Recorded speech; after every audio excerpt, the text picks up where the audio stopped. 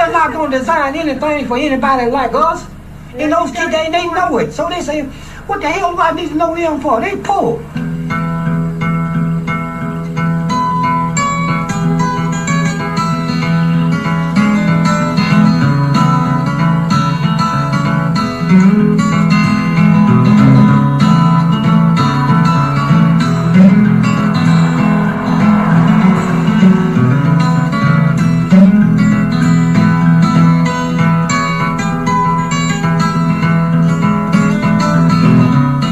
Dealing with the most destitute of clients, fall below any safety net that any other agency that I know of deals with. These are the invisible.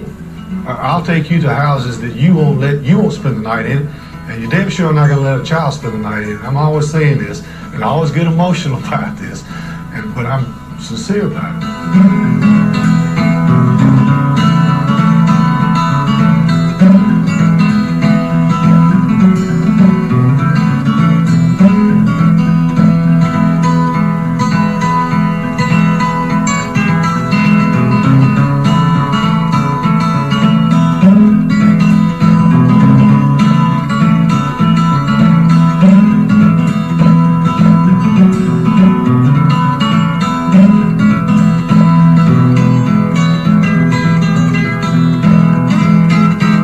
Architecture is very influential. We spend most all of our time in architecture. Architecture can make you sick if the building materials are toxic. Architecture can make your relationship go south. I could build a building that can make people get divorced. I mean, you can make life hard on people, or you can make people's lives incredibly better with architecture. Architecture is a powerful tool. Architects are given this great gift to make people's lives better, and not just the rich people that hire us to do stuff, but everybody.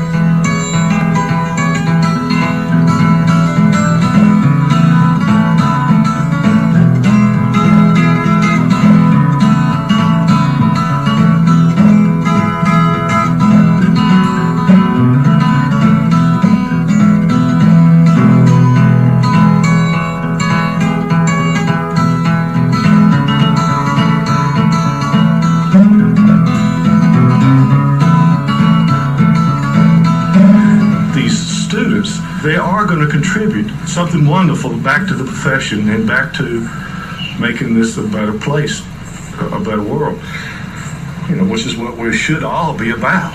That's the reason you go to college, is not to make more money, but to gain the knowledge to make this a better world. And I believe that the Rural Studio fosters that sort of idealism. And once you go to the Rural Studio and you get a chance to experience not only designing it on paper, but getting it built and have the pleasure of people coming in and really admiring what you've done and are appreciative of what you've done, that's a great feeling. And you can't replace it. And once you've had that, you're a snake bit after that. I mean, the passion is going to be there, and it may stay latent for a while. It may be 20 years before we hear from these students, but it'll come back.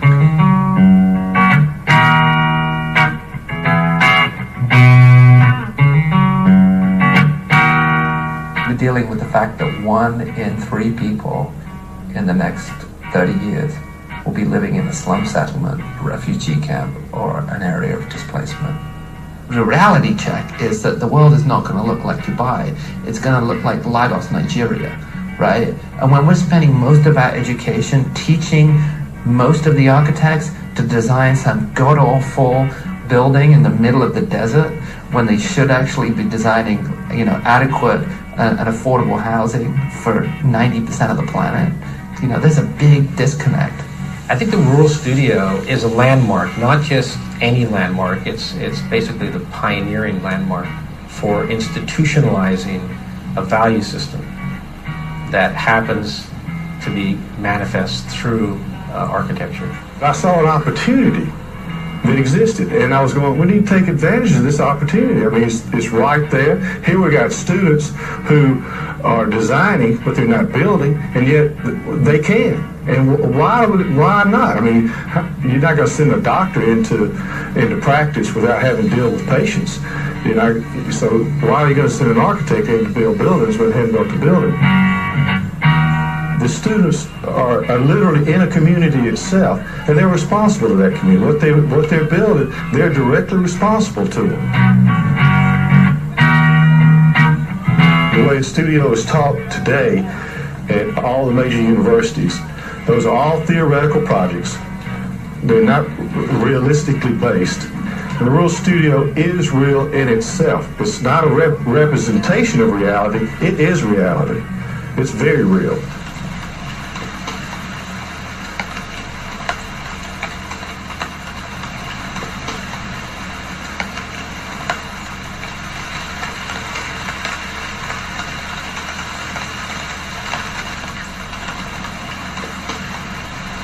A lot of people want to know what his music means. I used to beat on a sleep bucket. And I could mark any kind of music I heard with my tongue.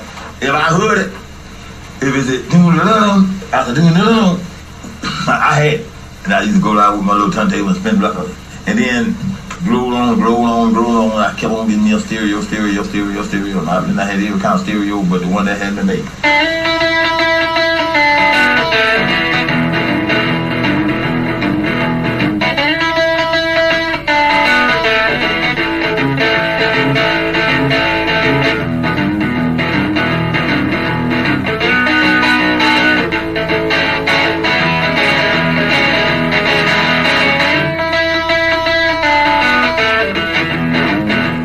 Instructor at the Rural Studio is better than being a student at the Rural Studio. I probably won't ever find a client like Music Man again. He was living in some pretty bad conditions that most of these kids haven't ever seen. Probably conditions that I hadn't ever seen. I know that when someone come in here, they say, God almighty, how in the hell you live? And I want to tell them so bad, hell, I'm doing the best I could. But at the same time, he was the happiest, most spirited, sweet guy that we probably had ever met. You know, I educated myself from comic book. And I used to close my eyes like that and memorize something like 4 level, what I'm trying to spell, a 5, a 6, a 10, and then I turn around and make sure that I spell it. And you know, I educated, I learned more since I quit school now when I was going. Really, I ain't never started, ain't never went. Come on down here. This is exactly what I want to do. Somebody told me I was full of piss and vinegar. Well, fine. If that's the case, then use me now while I'm still full of piss and vinegar and before I run out of gas or whatever. But, I'm roaring. I do this 24 hours a day, and I wake up excited about it, and I usually go to bed just totally worn out. And I love it. I'm glad when I get to this house like I want. Me and all of them can sit in there, and I'm going to show y'all, man, I'm going to slang out with my music.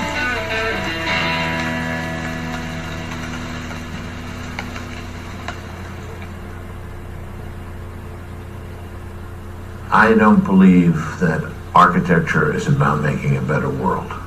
I believe it is part of culture which makes life, individual life, more a broadening experience, because that's all we have. We live and we die. I've never seen any architecture that helps to make a better world. As a matter of fact, I think architecture creates problems rather than solves problems. And I think that's really good. To me, architecture is something that challenges people, challenges what they want, challenges their idea of what comfort is, challenges their perspective on how they could live. So creating problems, I think, for me, makes a better world because it opens up the world. I'm not an idealist. So Sambo was an idealist, and we might have been both rebels or renegades, but on different ends of the spectrum. And I think that's good. The spectrum needs to exist. If everybody were like me, I'd hate it. If everybody like Sam Mockbee, it would be disaster. I mean, doesn't 90% of building need to just be dumb building? Should we have a lot of Peter Eisenman buildings? I don't think so.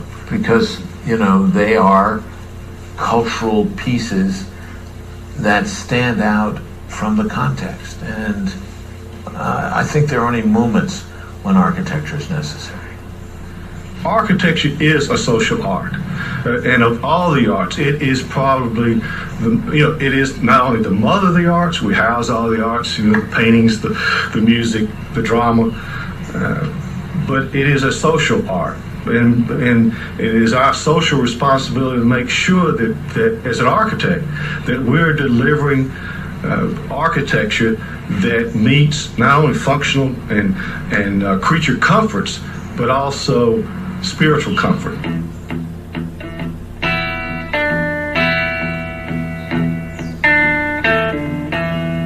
Trying to make ends meet, being an architect in a small state with what he wanted to do. He was not trying to have a traditional practice. He was not going to let the creativity be out of that. It was not how much money can I make, how soon, ever.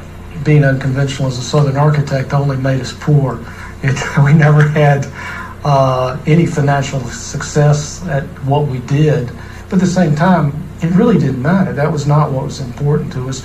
The architects in the South were not what we considered to be our peers. It was on a larger basis than that, and where we were trying to go with our work. We wanted to do work that was nationally recognized or had that quality, not so much to shoot for that, but just to do a significant work that contributed to the body of architecture, something that didn't happen much in the South at that time.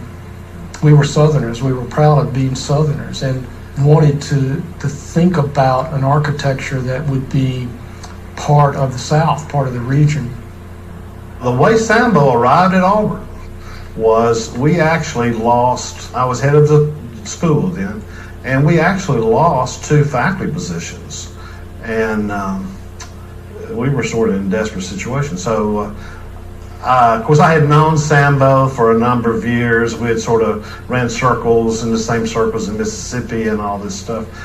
So I called Sambo and I said, Sambo, why don't you come to Auburn and teach for a year?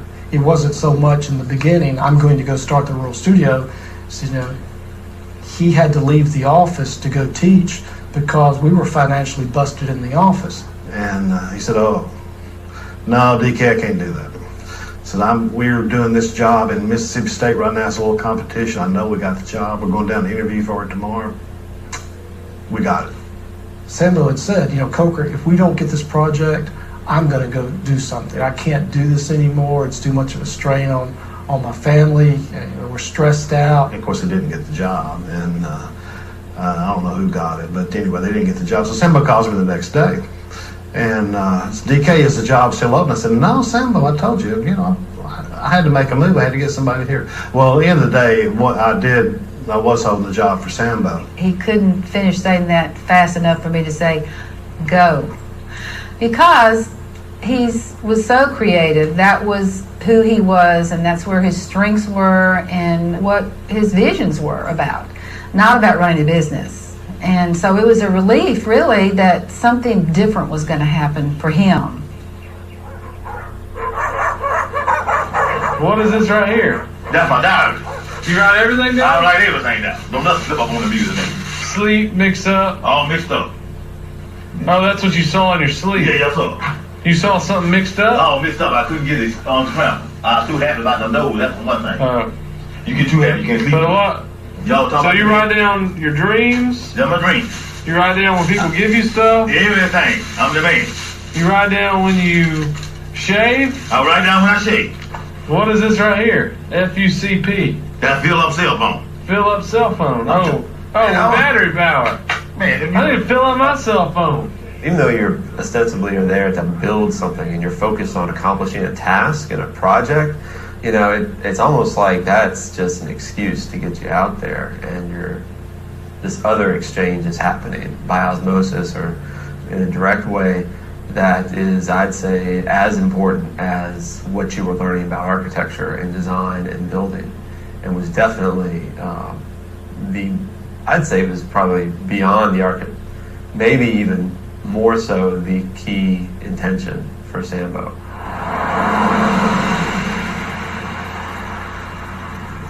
The Rural Studio has done absolutely nothing for this town since it's been here. Nothing. But we're doing a fire department. Nothing. Okay. You were supposed to do a fire department. We are doing a fire department next year. It's gonna go right there. I don't see it. It's not here yet. You've been here for how many years? Huh? What have you done? What has the Rural Studio done for this town, for this community? Huh? Absolutely nothing.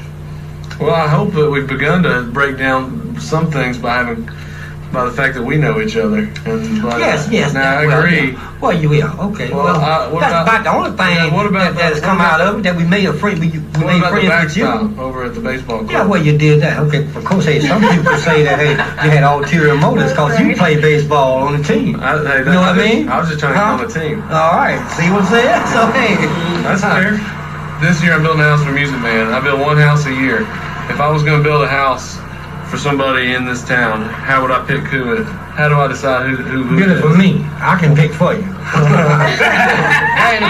I want to build a house here, but we got to be fair. There's a lot of people out there that need houses, including you. But you know what? Including Richard. Listen, I was on listen, I wasn't kidding either. If you build that house, hey, I'd naturally accept it. You know? But you also, what if there's an old lady out here that's I'd rather you do that. You know what I'm saying? I'd rather you do that. Sure. Yeah. So, but you know what, man? That is an architectural program, Jay. Sure. You know, personally, I don't see how it has any merit. You know, as far as we're concerned. You know, except the fact that we met you and a few other good people. You know. Well, I'm a sixth generation or fifth generation. I think I'm fifth generation. Fifth generation. My children are sixth generation Mississippian. But I was born in Meridian and grew up there in the segregated South of the 1950s and the 1960s. And I had an education that's probably second to none today, probably at the expense of my black brethren who went to schools with less money. So at their expense, I got a pretty good education. We were aware of racist behavior.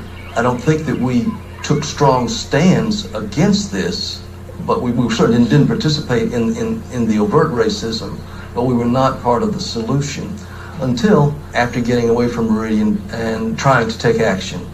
But at the time, we were living with it. And it was all around us. But it was certainly brought to a head when, after we graduated from high school the following year, June 21st, 1964, when Cheney, Swerner, and Goodman were murdered. He took a special interest in James Cheney because, of course, of the three civil rights workers who were murdered, James Cheney was a native of Meridian. So he identified with James Cheney in the sense of both being local, and Samuel had this profound appreciation for the local, and of course, but he well understood, of course, the huge difference, the segregated local. But that, of course, appears in Sambo's work. Is it an instance of white guilt? Well, in a sense, certainly.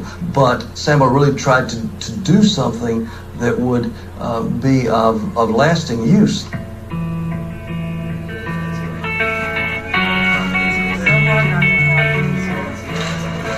It was good to encounter someone without a lot of preconception and then just see the way they live and not sort of judge them by their looks or by where they live, but just say, okay, this is the person we're dealing with, and react to the situation. We didn't know how to build things, and we didn't know how to interact with him very well. But just spending time out there and his sort of openness and just jovial disposition the majority of the time. I mean, I've seen him be mad and I've seen him get frustrated and and all those things, but his personality was engaging to the point where you wanted to be out there and you wanted to sort of give him something that he would enjoy, even though we didn't really know what that meant. So we'll probably have a wall like this on this side, and maybe one like that on the back side. Okay. And we're also talking about building maybe something out here so you can maybe park your scooter here. Yeah. The nice thing is if this opens up, you can drive your scooter up in here. That's right. And close that door. Okay. And you can lock it all there. I ain't got to worry about nobody getting my scooter. What's really fun to see is these students who go out and how hard they work to earn the respect of these clients. That's a good design. Man, God, you sure put that together. There are a lot of reasons why you still have poverty in America. Most of these disadvantaged families don't have a clue as to how to get out of this cycle of poverty that they're in. And it's easy for us to have an abstract opinion about it, how they should do it. They'll just have to take care of themselves. They should pick themselves up. They've got the same opportunities as I have. You hear that sort of rationale quite a bit. And what you need is for everyone to step over that threshold of this sort of our world. We think that they should come into our world. Well, what we should do is go into their world and understand it, which is what happens to these students that go to the Royal Studio. I mean, they go out there with preconceived ideas, only to discover that they're going to learn something from these families. In architecture school, you learn that architecture is in New York, or it's in London, or it's in Los Angeles, or otherwise it's on sites overlooking the sea or by mountains. And you learn that if you're going to be successful, you open your practice in one of those big cities and, you know, look for those opportunities. And suddenly, as a 23-year-old, the most amazing opportunity I'd ever had was in this little town of 3,000 in rural Alabama, where certainly no one had ever taught me that I could find an opportunity. So in terms of my thinking about where opportunities lie and what success means, that was really important for me. You know what happens right here, don't you? It's right there's a sink. What, all in my hand? Your hands. Okay. And then right in here is where the hot water heater will be. And your electric box that's right there right now will get moved over and be in here. So I knew it. if you ever blow a fuse listening to your radio too loud, Lord. you come in here and flip it. That's it. When I was in school, if you could draw, I could make an A anytime. I mean, I knew the formula. I could do it. I could knock it out. I could give you the Auburn solution. Matter of fact, I could wait 2 days before the project and pretty much knock the thing out. What I think is more important is that the education of the architect has to be greater than that. I've heard a lot since I've been in architecture that we're changing people's lives and we're affecting people collectively and individually. And I think the opportunity to do this in my second year would allow me to see if that was really true. And it absolutely is. Okay. You come right up here, and your wood-burning stove will be right there. Well, keep it warm. And your bed is going to be right there. You're going to be laying right across the... Looking out the window. Come on here, brother Jerry. Okay, that'll be cool. And so you find students who will probably see students in the design studio that have all this ability to make a project happen. They've got the ability. And to me, that's even more important than being able to aesthetically deliver some creative design that probably won't get built. That's my man. That's the music man. Yeah, come on. This is one of the music men, him. Yeah. He the one that charged me up. My battery running me down. He brought me back. The music man. It's so rewarding. It's like Christmas morning when you're a kid, about right before you open your presents. Those experiences sort of fade away and don't become as rewarding as you get older. But architecture, for me, at this moment in my life, it reawakens a lot of those childhood experiences. They only last a few seconds, but they stick in your mind forever.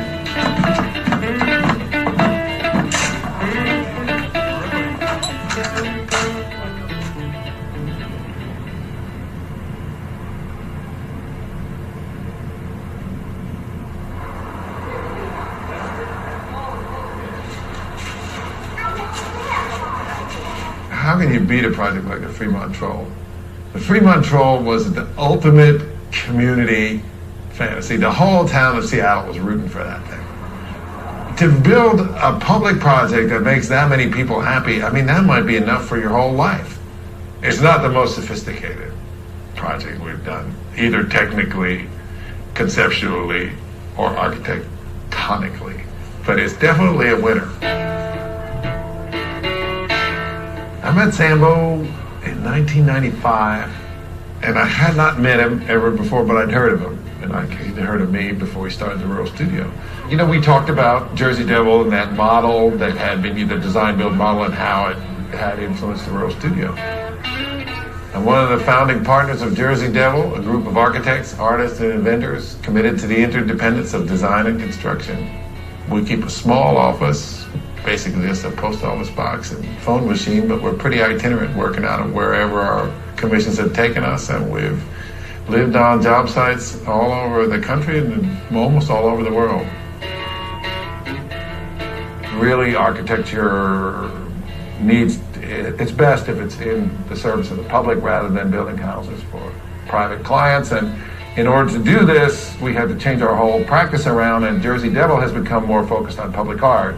And then all of us have gone into education, and we all do design build education. We teach the next generation of architects how to build, and we can focus on projects that wouldn't happen if we didn't do them. And these projects that we do are in neighborhoods that kind of sorely need a little energy. This country does not reward architects that do socially responsible work. The people that you're interviewing who do it we're all in academia. Every day I get up and thank the University of Washington for the opportunity to give me the kind of practice that I want to do. But I understand totally that it would not make sense in the commercial world. And, we need to make that happen. I would think if architecture needs to be respected, it needs to do more than just go over to China or Dubai or one of the next places where people are spending money and build more big-ass buildings. And, the idea of a global architect is a bad idea, I think. The idea of a local architect is a great idea. I had done in the early 80s, I had worked with this Catholic nun as a freebie to build some charity houses that brought out here north of Canton. And we built this house for like $7,000 using recyclable materials and for a family of, 7 people. And we did it out of the office. Everybody in my office would go out on weekends and we'd build this little house with Foots Johnson and his family. And then back in '87, we won the Progressive Architecture Design Award for 3 charity houses that we designed for this nun. And we had hoped that we were going to get a grant from the Gannett Foundation to build these 3 charity houses in '87. And we applied to them, and we didn't get it. We didn't get the grant. And we had to take those plans and put them back in the drawer, and they sat there. And while those became idle for a couple of years, I kept hoping that one day we would get some houses built. And in a sense, the Rural Studio is a result of not getting the grant. I dream about erosion and stuff like that now. I've been freaking out about that kind of stuff. I think that's just part of the deal. But I imagine dirt sliding off this hill and the house sliding down it. But then I wake up and it's okay. And I go and I check everything with the level and it's the same as it was the day before. So everything's all right.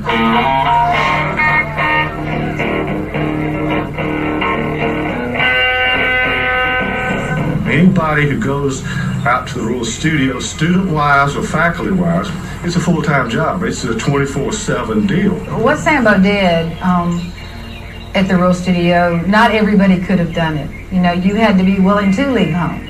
Sambo planned exactly where the Rural Studio was going to be, so he would be close to us. So he was just 3 hours away.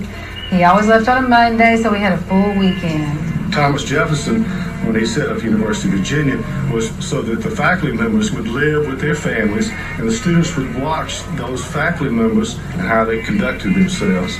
So the Rural Studio reinstates that. We eat our meals together, we work together, we study together, and they party together. So it's a lot of fun.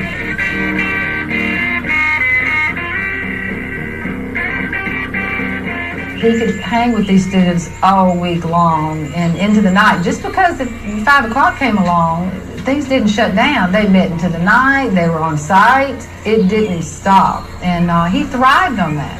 When he came home on Friday night, he had all of that enthusiasm for us. Was he physically tired? Yeah, he really was. But, it didn't interfere with our family life. It was exciting. We were excited. We were thrilled to death, that we were part of this. The Greeks were real quick to realize that you had to have fun in delivering education as well. And so the social aspect that has been cut off, particularly in the 90s, by political correctness or whatever, has really hurt how professors and students intermingle. When when you're living and working together, studying together out at the little studio, you become a family. And I think those students pick up on that. A primary criticism that I see of these full immersion programs is that professionals or other academics or just general people, maybe even be a student's parents, just think, okay, you can go out and do this for a semester, but then when you get done, you're going to come back and you're going to join the real world, and you're going to go out and get a real job, and you're going to, make X amount of money, and then we're all going to be proud of you. And it's a really unfortunate position to take. If students are recognizing that there's a great value, if they are desiring to learn this way and to be exposed to environments and worlds and worldviews in this way, then maybe we should think that there's actually something really important and valuable about that. How long is that for? 16, I'm pretty sure. What, this one? No, the top plate. So we're just going to put it up as it is. Hey, wait before we put it up. We got to move this plywood. Well, just knock it off. Well, there's people under there. Well, heads up. This place is set up in a way that, these projects, getting Music Man, they're handing it to us, and now do something with this kind of feeling. So it's a real optimistic place, and that they really trust us to figure it out. Yeah, this looks awesome. That ceiling looks awesome. This ceiling looks awesome. When do those rafters get connected? Which ones? These, they're not connected yet. No, they're not. Does that happen soon? I think in most situations, we all have a baseline intelligence that we can figure out. If we want to figure it out, we'll research, we'll call people, we'll talk to our resources, we'll get something going. This side, the rafters are perfect. We don't know why this side, the rafters aren't coming down. Well, y'all can figure out some way to do it.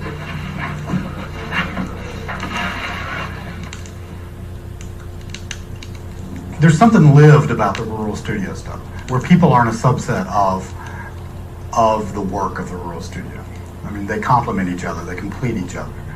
And I think that's something that the students learn. They learn that maybe other arts are more pure, but architecture is a messy art. And I think that's what makes architecture really engaging and really wonderful. It's collaborative, it's participatory. I would love to do low-income housing. I did a low-income housing project in Brooklyn that was built and very successful.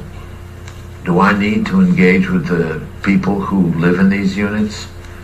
No, I don't believe so, because I believe that the architect is supposed to know more about what they want if they could know what they wanted.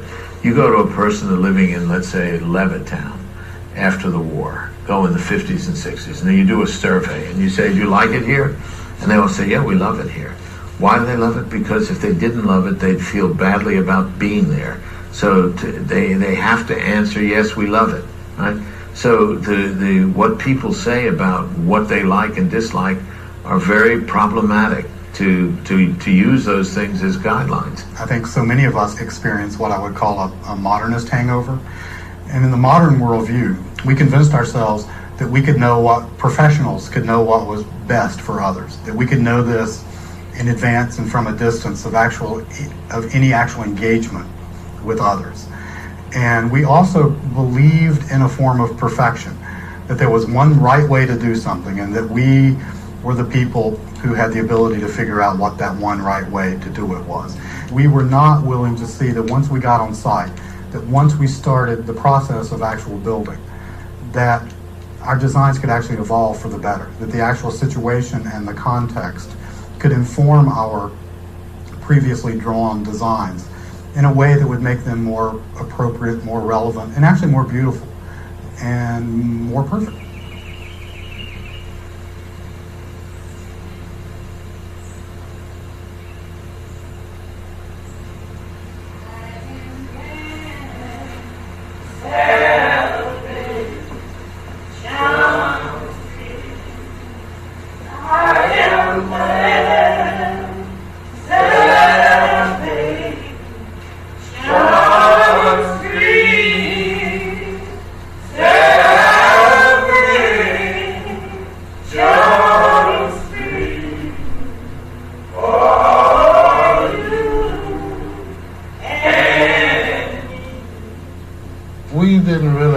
whole lot of ideas about what we wanted at the time because we was just thinking maybe do a little remodeling or something of that nature. So, with the students being, architect students that they are, they came up with their own idea and they decided that they wanted to put a wrecking ball to our old church. It was maybe 94 years old, the old church. But that worked out real good, and they kind of fixed it a way to where they could use and refurbish the old wood on the new building. And as you can see, the glass area, they was kind of renovating the dead with the living. That was their whole idea. Until Century came across Rural Studios, we were about to disband. I have a great appreciation for architecture. In elementary school and junior high school, I had some forms of art, and I've always appreciated structures, and this structure here is one of a kind. And the labor of love that it took, it stands up against, I would say, the Eiffel Tower or anything that Michelangelo may have done. And I know that's putting it a little up there, but in this area, it looks like something Michelangelo worked on. So you don't know what a joy it really, truly has been to have this beautiful structure here to worship in.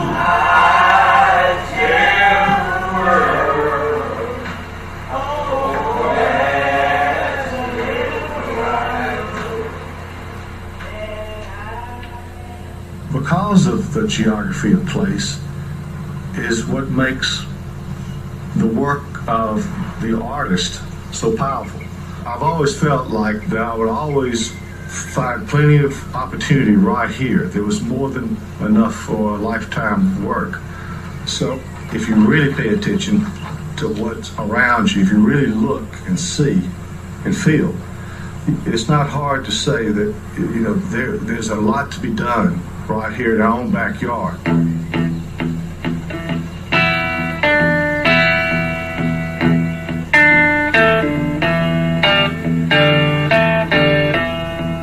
If we are going to be an American family, we have to understand that in every family, and in my family, individual families, you're going to have some of us who are going to be successful. And you're going to have a brother and a sister who's, doing fine.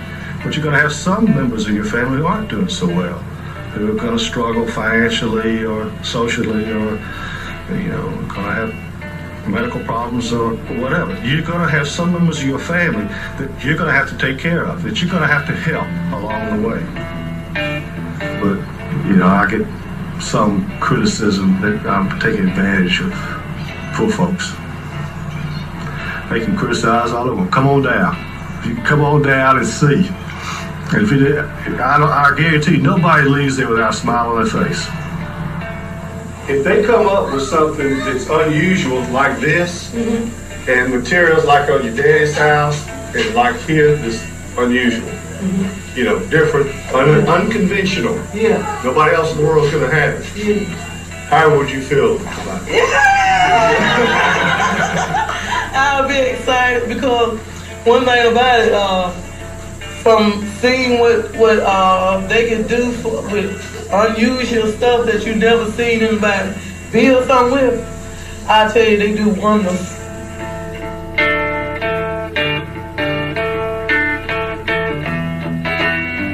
Samuel was a great architect, and a lot of his particular style shows up in a lot of those structures. I don't think he pushed it in there, but by being around them, students assimilated a lot of it. But I think what really catches everyone, there's a lot of things that catch everyone's imagination about the Rural Studio, but that stuff is like folk architecture. I mean, it's about the South.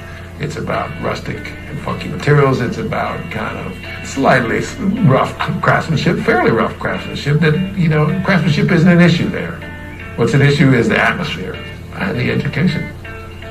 I think what he was mostly interested in when he started the Rural Studio and the material is like, wow, we could make something out of bales. We could do this. Tires with mud in them. I mean, the Tire Chapel, $8,000. Tires and mud. That's one of the top 10 buildings of all time. I mean, that is just so incredible what those guys did for a tiny amount of money. They were building for pennies, and in order to do that, those materials had to be explored, and when you explore them, you exploit the potentials of them. The way I see the architecture of those earlier years, you can see students' minds in that architecture because it's not perfect. I mean, joints don't go together. Someone said that the Real Studio was a lot more professional now. I don't believe that. I believe the Real Studio was much more professional when Sambo had those original intentions, because what Sambo did was make the profession invest in a set of ethics that go beyond ethics that were on paper. And to me, that's the height of professionalism. Whether a joint is perfect or not, whether the miter is perfect or not, that's not professionalism to me. The Real Studio is an idea, and it is an idea that is a sort of a line that keeps going across the horizon. In a lot of ways, it is the horizon. We'll go up and down from that, you know. And it's about a student coming into a place that you can't fail. And the umbrella's on top of you. And you can move here or you can move there. And just let them go do it, right? So I think that is the common thread that moves through here. So I think whoever comes in here, I think the Real Studio will always do good things. Always.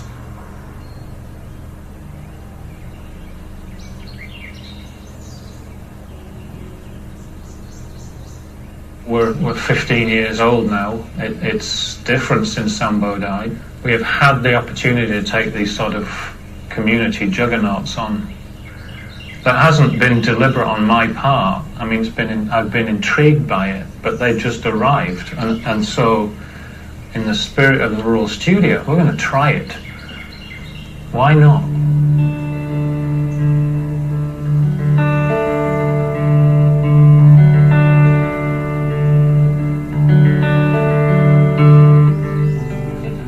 For me, Sambo was opportunistic. In some respects, I hope that's about the greatest lesson that our students can take, that the next great opportunity comes in the door, you take it. And I really preach that to the students, that it doesn't matter whether it's a toilet or a pavilion or a park. Do it and give it your best shot and really run at it hard. The energy that our students and the commitment that they put into it is phenomenal.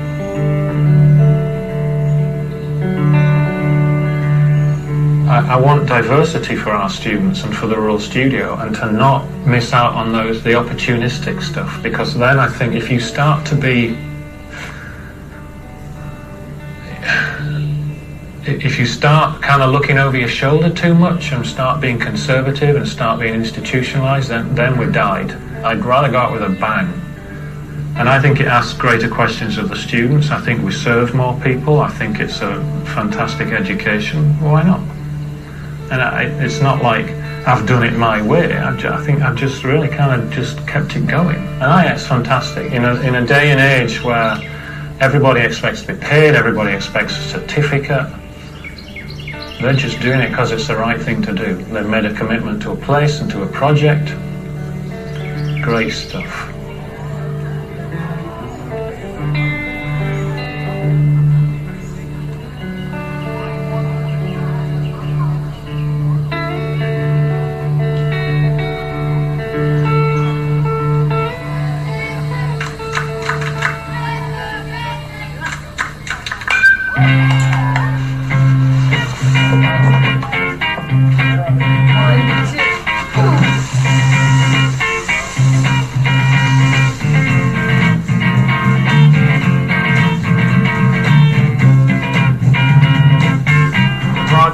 Approximately 98% finished.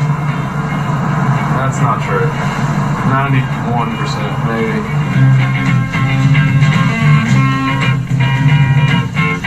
Hey everybody! Thank you all for coming out here today. Just wanted to introduce y'all to Music Man. He is the reason that we have had so much fun out here, and we've had more fun with Music Man than anything, and we love him to death. If we can have a round of applause for Music Man, that'd be really cool.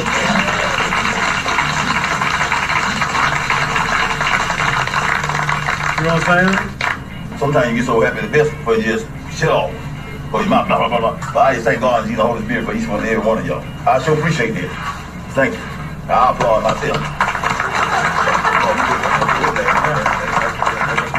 Good time. And before he gets upset with me, I think I got to turn the music back on. Thank you. Okay.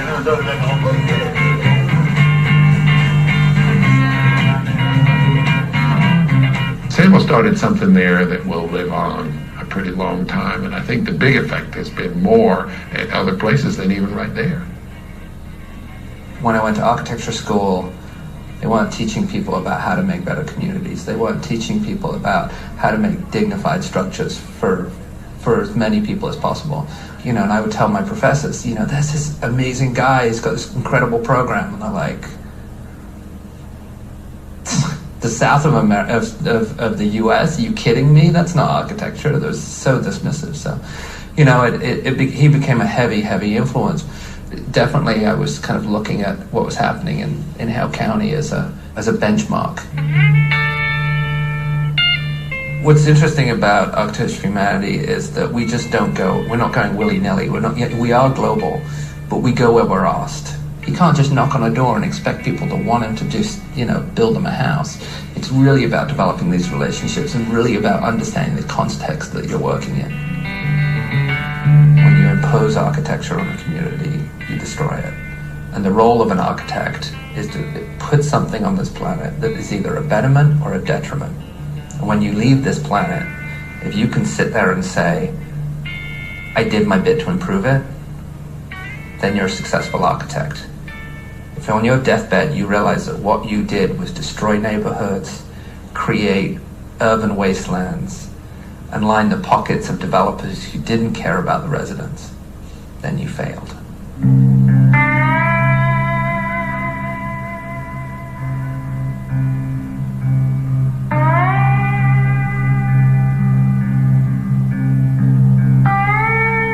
This program is called Design Build Bluff, and we are in Bluff, Utah, right across the river. The San Juan River delineates the Navajo Reservation. I started seeing the rural studio projects in in all the trade magazines. Those pictures popped out, so I had to go down and see them and see Sambo. I just knew I had to go meet Sambo. I went down and just hung out a little bit and wanted to see how the rural studio worked. And then, Sambo said, go to your own project, man. It's time. You got to do it. You got to agitate. You got to cajole. I love those words that he was using at those times. You got to stick it to this academic bureaucracy.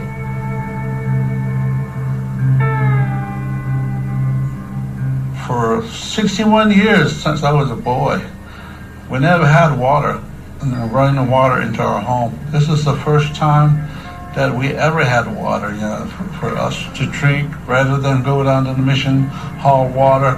We really thank them, what they have done. When I came here and when I met them, I have no idea what should I ask, because in the program in school, I always study about the architecture, but not study about the people who live in. So it's totally different.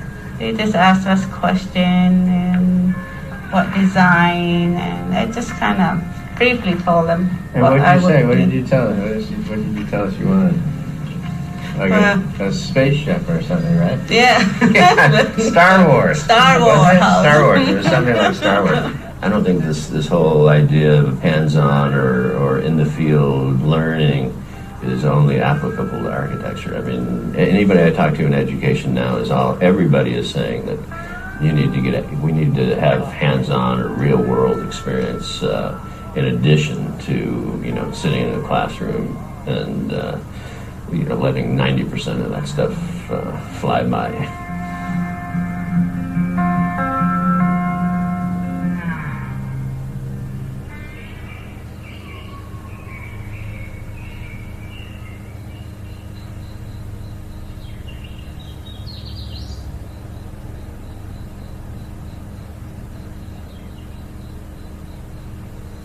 It was kind of a romantic project that my father had developed, and it was definitely a beautiful piece of work that he created, which of course incorporated architecture, but this is really more of a piece of art that he wanted to do. And he was so excited. I mean, he said to numerous people, this is the most important project that I'm working on right now. Sub rosa is actually a term that the Romans used when they would have secret meetings. They would hang roses from the ceiling. And if you were to come into a space where roses were hanging, then you knew you were not to share that information outside of that space. And if you were, then other people in the room had the right to kill you and your family. So growing up, Papa would tell us things in Sub rosa. And he would tell us all kinds of things that my mother doesn't even know that he's told us. But we can't tell anyone else because we're sworn to secrecy. The idea of the space was that you enter in this long, dark tunnel underground. And then when you get to the end, there's a release at the end. And it's a pantheon in that it has the open space in the ceiling. And in the center of the space, at the circular space, is a turtle pond. There's a bench that you sit on. And you can sit next to someone. You're sitting up underneath the roses, and you can lean over to your right and whisper into a tube, and the person sitting to your left can lean over to the left and put their ear up to the tube, and you whisper, and the secret travels all the way around the space, and the only person that can hear it is the person leaning up to the other tube, and you're not to share those secrets, otherwise the turtles that live in Sub rosa will come after you.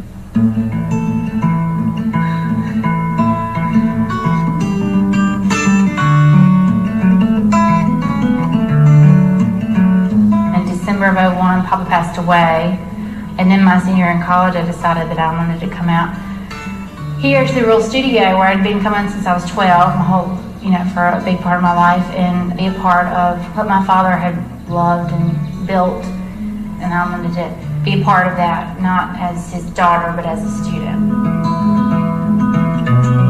My major in Auburn was interior design, and I'd never built anything, hardly. I didn't know what concrete was. I called it cement, which is not what concrete is. One great realization of the difference between, just coming here and visiting and then being a student was that you catch the Rural Studio bug. It's just a matter of, and what I heard my father say many times of, if you give the students a chance, they can do anything, which is what most students leave here with, is the bug of, I can do anything. And I did. I built a space that my father didn't get to finish.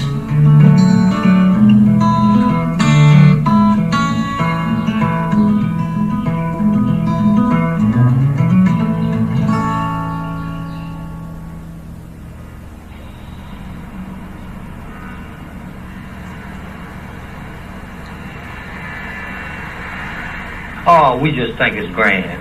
We think it's grand. It is the pride of the town.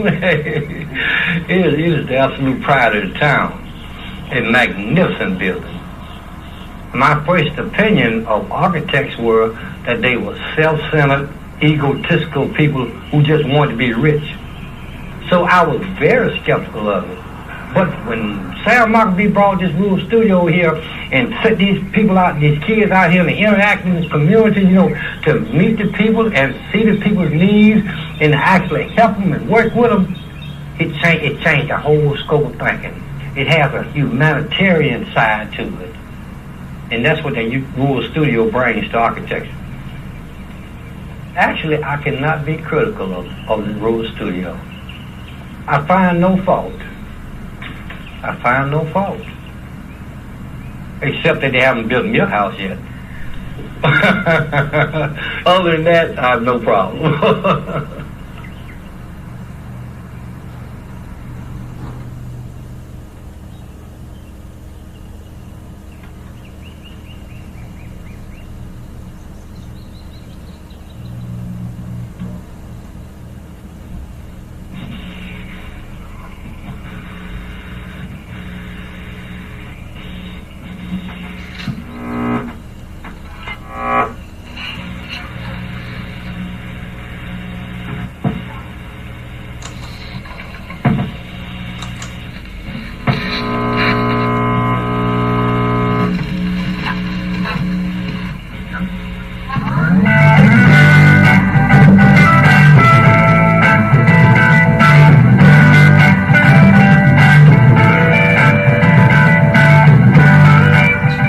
wanted to make judgments about the way that Music Man lived or change the way that Music Man lived.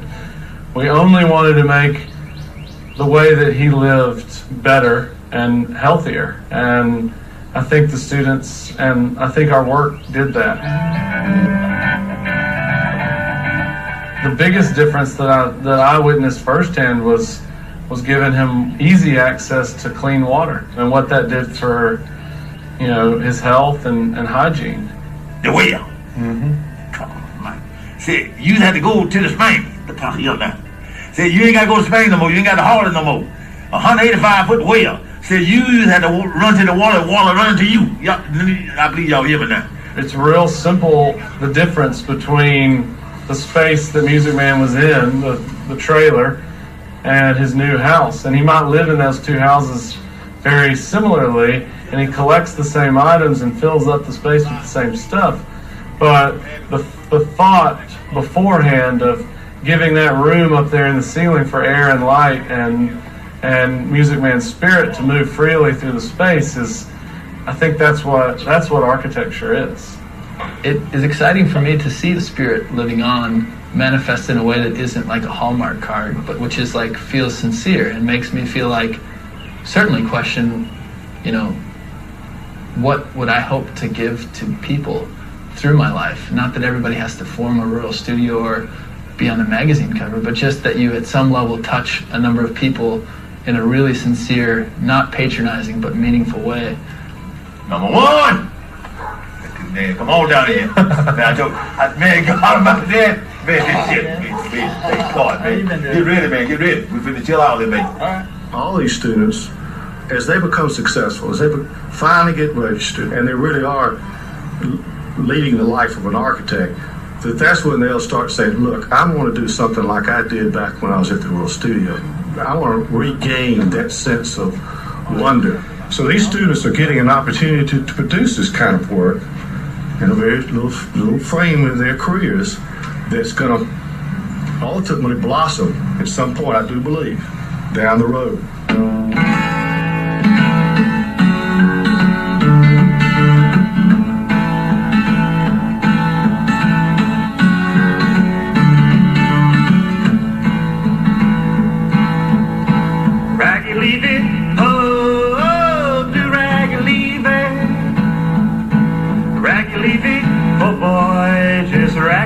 Jaybird, a Mississippi, and I'm gonna build me a stone fence. In the morning, soon in the morning. In the morning, when I rise, I'm gonna sit by the fire. A Mississippi, and I'm gonna build me a stone fence.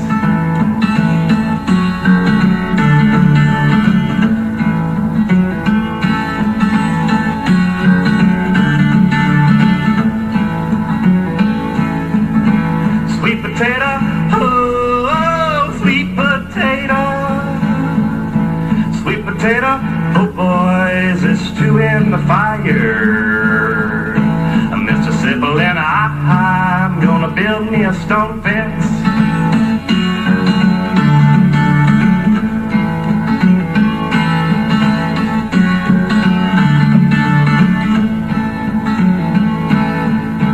Horse and buggy,